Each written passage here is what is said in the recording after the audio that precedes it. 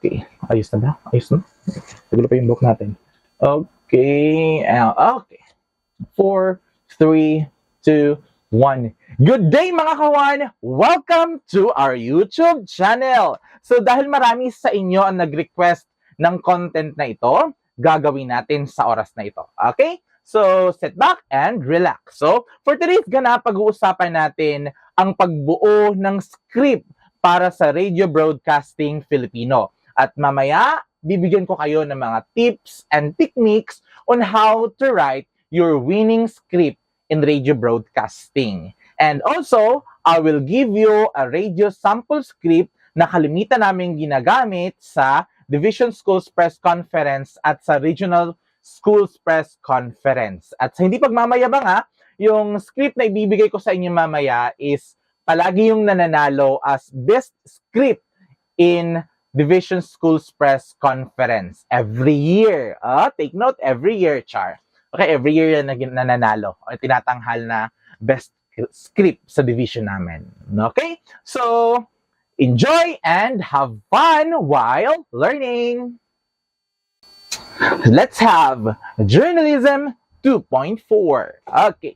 So, before we tackle about the script, alamin muna natin kung ano yung ilalagay natin sa ating script. Okay? So, first is the news. What is news? Okay. News is an oral or written report of past, present, or future event. Ito yung nangyayari sa paligid natin na maaaring tapos na, mangyayari pa lamang, o nangyayari pa lamang. It should be factual. Okay? Makatotohanan, merong ebidensya, at merong batayan. Truthful, accurate, and unbiased. At the same time, dapat interesting. Okay? Pag sinabi natin interesting, dapat marunong kang lumaro o maglaro gamit ang mga salita para maging catchy siya sa pandinig ng mga manunood. Catchy siya in a way that di mo masisira yung pagiging factual nito o yung pagiging accurate ng balita. Okay? Then, we will be having the scoop or the origin of the news. So, sa pagbuo ng script natin, kailangan nating malaman kung ito ba ay nasa hanay ng local news, national news, or foreign news. Pag sinabi nating local news, ito yung nangyayari, ito yung mga report of events na nangyayari sa locality natin. Okay? Kung saan tayo nakatira. This is what we call local news. Pag sinabi naman nating national news, this news takes place within the country. Okay? Yung nangyayari mismo sa Pilipinas. Yun yung national news. Pag sinabi nating national news, isang balita na apektado ang lahat ng mamamayan sa isang bansa o sa isang bayan. Okay? Then next naman is ang foreign news. Ito yung mga news that takes place outside the country. Ito yung mga balita na nangyayari sa iba't ibang panig ng mundo. Okay? Sa iba't ibang panig ng mundo. The two broadcast media. First is the radio broadcasting and the second one is the television broadcasting. Okay. So radio broadcasting, you're going to read your news script with a moderate rate. Okay, ito yung sinasabi ko kanina na pag-uusapan natin yung tips on how to deliver your news, on how to read your news. Okay, kailangan sa pagbabasa ng balita, kailangan moderate lamang. Okay? Nasa maayos o nasa angkop na level o nasa angkop na bilis. Okay? Nasa angkop na bilis yung pagbabasa natin ng ating mga balita. Then, another one is, wag mong bilisan. Do not rush your word and sentences. Wag mong bilisan yung pagbabasa mo, yung pagbigkas mo ng mga salita at ng pangungusap. Kasi pag masyadong mabilis yung pagkakabigkas ng mga salita o yung mga pangungusap, maaaring hindi ito maintindihan ng mga tagapakinig. Then, avoid long pauses. Okay? Kasi kapag masyadong mahaba yung pause, yung paghinto mo, mangyayari, kakaltasan ka ng puntos. Kasi that is dead air. Okay? Natatanggal yung suspense. Natatanggal yung interesting part ng iyong balita. Okay? Pauses means silence kasi. Ibig sabihin, pag nag-post ka na, parang wala na siyang karugtong. Okay? Then, a questionable gap. Okay? Kailangan sa pagpuputol ng mga linya sa isang script o sa isang balita, kailangan iwasan mo yung tinatawag dating questionable gap. That is not helpful in understanding the meaning. Kasi kapag mali yung pagpuputol o mali yung paghihinto mo sa balita, maaaring magkaroon ng ibang meaning yung balitang ibinabalita mo. Okay? The next things to remember in newscasting. Okay? First, huwag habaan ang paghinto. Okay? That is a very technical sa radio broadcasting. Kailangan huwag habaan yung paghinto. That is dead air. Okay? Use variety of voice quality. Okay? Merong pataas, merong pababa, merong modulated, different types of voice quality. Okay? Yung rate natin, yung mabilis, mabagal, yung pitches, mataas, mababa. Okay? Laruin mo yung mga salita gamit ang boses upang maihayag ang balita sa mas maayos at kaaya-ayang paraan. Okay? Yan yung tatandaan nyo. Huwag pakampante pagkatapos makapagsulat ng script. Okay? Yan yung kalimitang ginagawa ng ating mga estudyante sa tuwing magre-radio broadcast na magsa-simulate na sila, simulation process na, or simulation stage. Nakakalimutan na nilang paghandaan. Nagiging kampante na sila masyado sa kanilang pagbo-broadcast. Okay, wag pa kampante. Basahin nyo ng paulit-ulit yung mga salitang nahihirapan kayong bigkasin. Okay? Para hindi na kayo mabulol sa tuwing hindi na kayo mabulol kapag magsa-simulate na kayo. Okay? Then, practice reading your script or prepare your outline. Practice, practice, practice, and practice. Yan yung kailangan ng ating mga journalist, a radio broadcaster. Then, make your reading sound like a talk. Okay, kapag nagbabasa kayo ng script, wag sa isip lang. Dapat, nagbabasa kayo, meron yang boses dapat na marinig. Wag kayong mahiya na nagbabasa kayo ng script kahit maraming tao. Kasi hindi pa naman yan final. Practice pa lang naman. So, magbasa ka habang magbasa ka na merong tunog. Okay, wag kang magbasa na sa isip lamang. Use a normal conversational manner. Okay? Hindi ka nangaaway kasi nakikinig lang yung mga tagapakinig sa'yo. Kailangan maayos in a conversational manner. Yung nakikipag-usap ka lamang sa kanila. Okay, next. Develop your own speaking style. Ito yung pinaka-importante sa lahat. Dapat alam mo ang boses mo. Okay? Dapat alam mo kung ano yung magpapa-stand out sa'yo. Dapat alam mo kung ano yung kakikitaan ng uniqueness sa boses mo. Hindi yung nanggagaya ka ng boses ng iba. Kasi once na nanggaya ka ng boses ng iba, wala na. Wala nang tinatawag nating uniqueness ng bawat isa. Wala nang individuality or the uniqueness ng bawat isa sa atin. Okay? Then, you are not allowed to read your script in a monotonous recital. Kasi kapag monotonous lang, isa lang yung boses mo. Hanggang natapos yung kwento, parang walang tawag dito, walang pagbi-build up ng balita. Okay? Walang nangyayaring build up ng balita. Then, you are having this, what we call artificial overemphasis. Okay? You have to avoid that one. Okay? Kahit hindi naman binibigyan ng emphasis yung salitang yun, tapos hinihinto mo, pinilalakasan mo, binibigyan mo ng diin, kahit hindi naman siya importante. Hanapin mo yung mga salitang mabibigat. Hanapin mo yung mga salitang, halimbawa yung balita is tungkol sa pagkamatay ng 10 tao sa nangyaring aksidente. So, ang dapat binibigyan mo ng emphasis doon is yung 10 taong namatay. Okay? Yun yung dapat bigyan mo ng diin. Okay? Then, number 6 is be original. Okay? Sinabi ko kanina na kailangan unique yung boses mo. Okay? Hanapin mo yung boses mo. Baka nawawala. Char, baka gininakaw ni Ursula. Char lang. Okay? Have your own style of delivery. Okay? Do not attempt to imitate the talking style of any radio announcer. Kaya yan yung pinaka-common na mistake sa ating mga radio broadcaster. Yung nanggagaya sila ng boses ng ibang mga announcer. Example, ginagaya nila yung boses ni Gus Abilgas, o yung boses ni yung sa Soko, kaya nga Gus Abilgas yung sa Soko.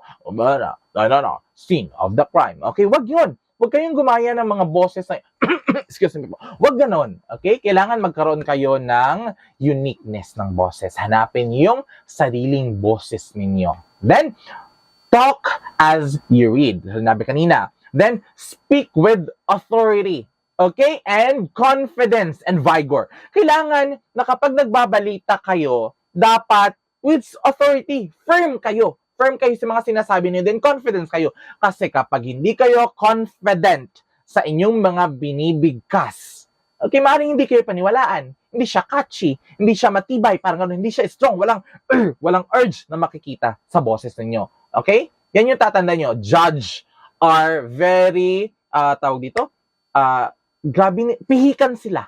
Pihikan sila sa mga salitang binibigkas o binibitawan ng mga broadcaster. Then, talk fluently with correct face. Practice, and practice para hindi ka na mabubulol. Okay? Para fluent na yung pagkakabigkas mo. Then, dapat meron siyang correct facing. Yung mabagal, mahina, mabilis. Okay? Dapat alam mo kung kailan ka dapat huminto, kailan mo dapat babagalan yung salita, kailan mo bibigyan ng emphasis yung mga salita. Okay? The next is keep your voice alive and dynamic.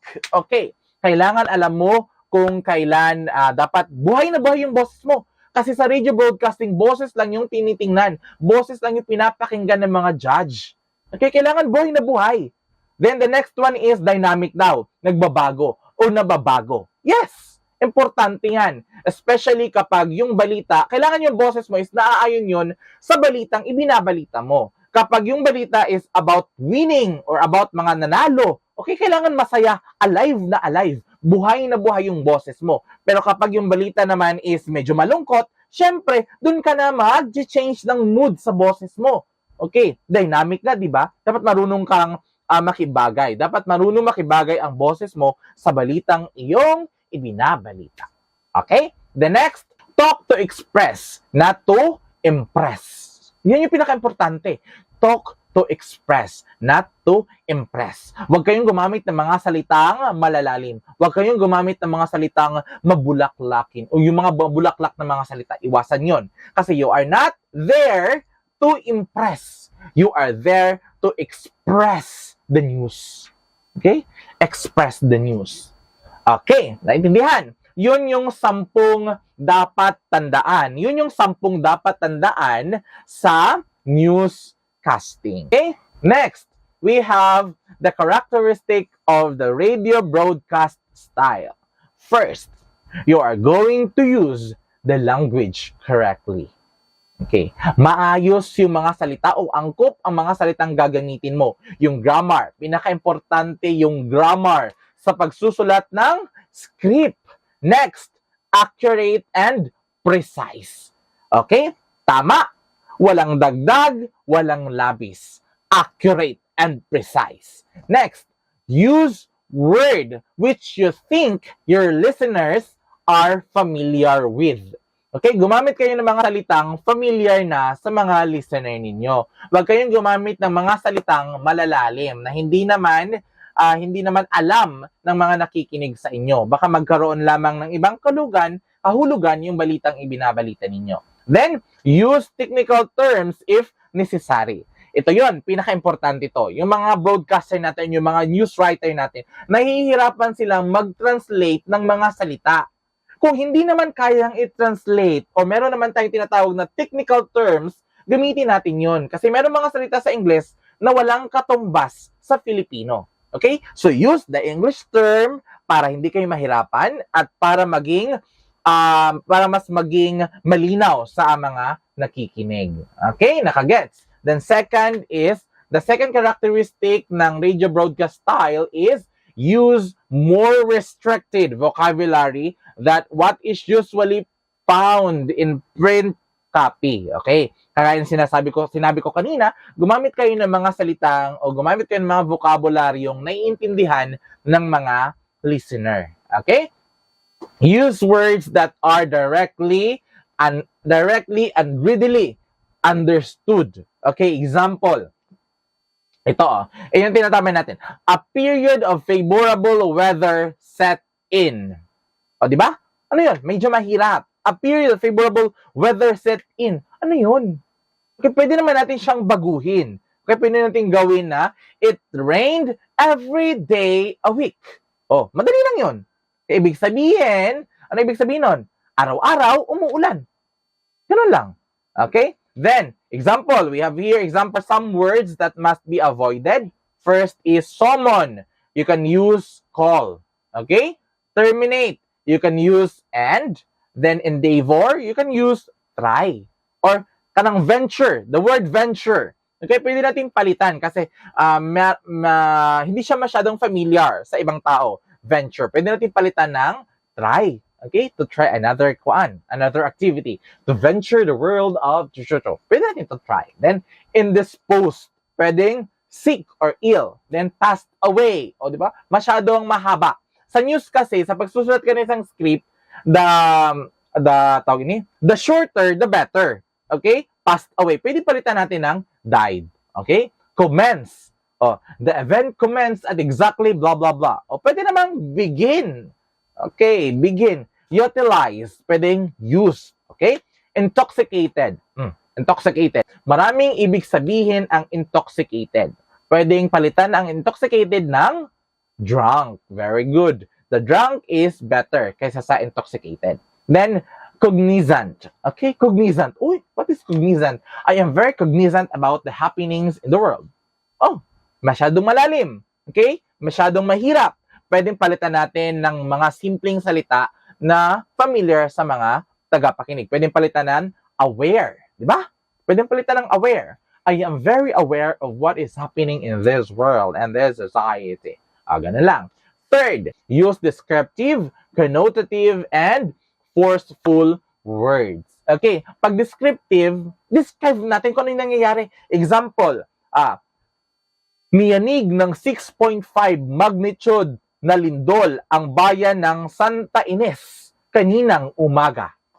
That's very descriptive. Describe nimo kung gaano kalakas yung lindol na nangyari sa bayan ng Santa Ines. Ganun lang. Then, use active voice. Okay? Subject performs the action. Okay? Yung subject yung nagpe-perform ng action. Then, avoid passive voice. Kasi sa script, sa pagsusulat ng script, iniiwasan natin yung passive voice kasi pag passive voice yung ginamit natin, masyadong wordy. Okay? Napakahaba. Except when writing headline. Okay? Except naman sa pagsusulat natin ng headline. Medyo, kailangan pwede tayong gumamit ng passive voice sa pagsusulat ng headline. That the doer is the unknown or prominent. Then, use contraction. Okay? Pag sinabi natin use contraction, ito yung pagpapaikli. Okay? Pagpapaikli. Example, did not. Pwedeng palitan ng didn't. Okay? Contraction ang tawag doon. Pagpapaikli ng mga salita. Did not, pwedeng palitan ng didn't. Or we will, pwedeng palitan ng well. Okay? Well, or we are, pwedeng palitan ng were. Okay? Ganun lang. They are, pwedeng palitan ng there. Okay? Napakadali. Then next, use personal pronouns extensively. Okay? Next, use simple sentence. Okay? Yung madaling maintindihan lamang simple sentence. Okay? Next, make use of transition words or the vocal cues. Ano yung mga transition words? Okay, ito yung mga transitional devices na pwede nating gamitin. Yung mga kalimitan makikita ito sa mga prepositions. Okay, or prepositions, conjunction, okay, yung mga pangkayariang salita. Okay? Next, read or speak with moderate rate, speed. Okay, ito yung speed pace natin within the learner's ability to understand. Avoid negative construction, then avoid the use of homophones. Then avoid redundancy, double speak, and cliche. Okay? Bawal yung mga redundant, okay? Bawal yung ulit-ulitin. Halimbawa, sa headline mo is Clean Up Drive, Dress MNHS, nakiisa. That's your headline. Okay, tapos sisimulan mo yung lead mo ng nakiisa ang Dress MNHS. Oh, redundant na. Okay? Iwasan yun. Palitan natin or we can have this what we call rephrasing. Okay? Mag-rephrase tayo ng mga salita or gumamit tayo ng mga synonyms ng mga salitang yon. Okay? Nakiisa, pwedeng palitan ng nakibahagi. Okay? Or nakisama. Basta ganun. So we're done with the part 1. Thank you so much for watching. Don't forget to hit the like button, subscribe, share, and leave a comment. Then, don't forget to watch the part 2 of this radio broadcasting script, tips, and techniques. So much, and see ya!